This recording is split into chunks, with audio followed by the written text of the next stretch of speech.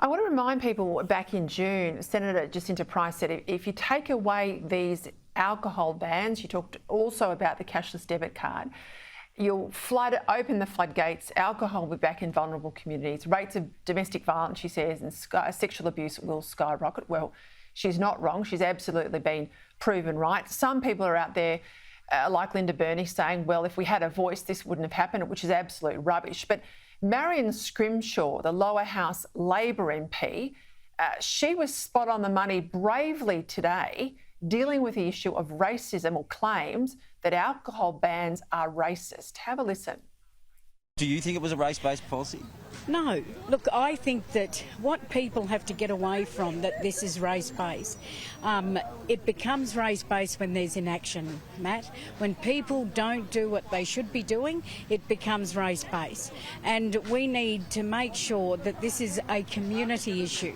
And the Northern Territory Government has to step up here.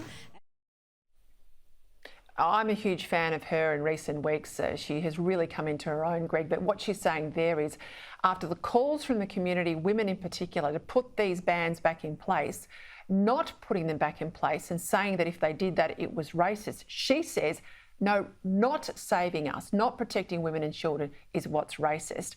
I think she's extraordinary. Well, I agree. That's a very brave thing for a Labor politician to say, and God bless her and good on her, and I'm inspired by her. But look, she's the federal member of parliament for that area. Jacinta Price is the federal senator for the Northern Territory who lives in Alice Springs. Those two powerful, brave, decent Aboriginal women said, keep the grog bans, keep the cash limited welfare cards so that mums can get some food for themselves and their kids, as well as dads taking all the money for booze. And the left-wing leaders of the Northern Territory government and of the Labor Party in Canberra rejected them out of hand. So being left-wing was more important than two Aboriginal women elected by all of their constituents to represent so I'm just going to jump in area. there. So it's not having an Aboriginal voice. It's the voices they want to listen to that matter, not the colour of their skin. That's what it comes down to. Well, that's right. If you ignore the voices of Marion Scrimshaw and Jacinta Price with their democratic credentials, why on earth do you think that a voice, Matt Cunningham made that point through the week, under the Karma-Langton proposals, there'd be 2 representatives on the 24-member voice from the ACT, which has 7,000 Aboriginal Australians, and 3 from the Northern Territory, which has 75,000. What would Aboriginal activists in Melbourne or Canberra, what special insight would they have into Alice Springs? The whole thing is just a complete nonsense. There's not one speck of logic to it.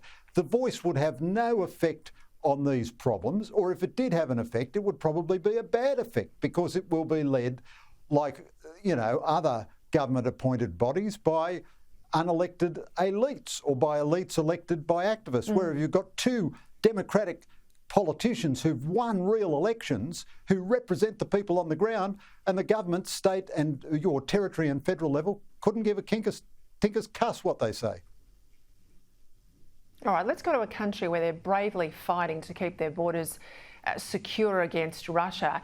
Good news overnight in the Bundestag. Germany has finally relented on the use of Leopard tanks, built in Germany obviously, but now on-sold to places like Poland, to go into Ukraine. Poland wants to send them in. The Germans were barring it. But the Germans will also now contribute some tanks to the Ukraine fight, we're told. The US as well, with Abrams tanks. What can you tell us, and what do you make of it?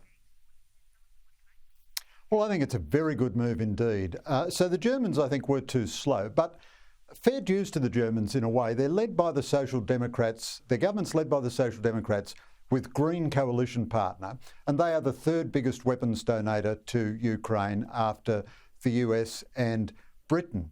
And the Leopard tanks are more useful to the Ukrainians than the Abrams, because the Abrams are a bit hard to operate and they're very heavy. By the way, I would donate our 60-odd Abrams tanks tomorrow. The Ukrainians can have them all. They are absolutely useless for Australia. We haven't used a tank in any context since the Vietnam War, so for more than 50 years.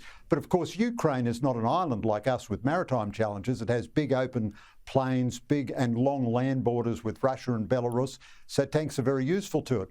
But I think this all also symbolises that the West is hanging together. Its strong commitment to the Ukrainians did not wane over the European winter with its Russian fuel shortages. Biden is doddery. He's not my ideal president, but he's done all the right things so far.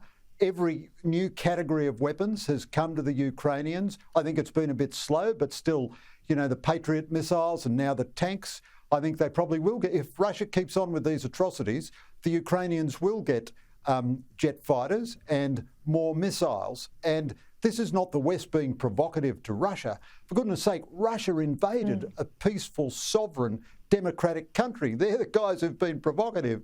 And I think this is a very good day for Ukraine. And because it strengthens the US alliance system, it's a very good day for Australia too.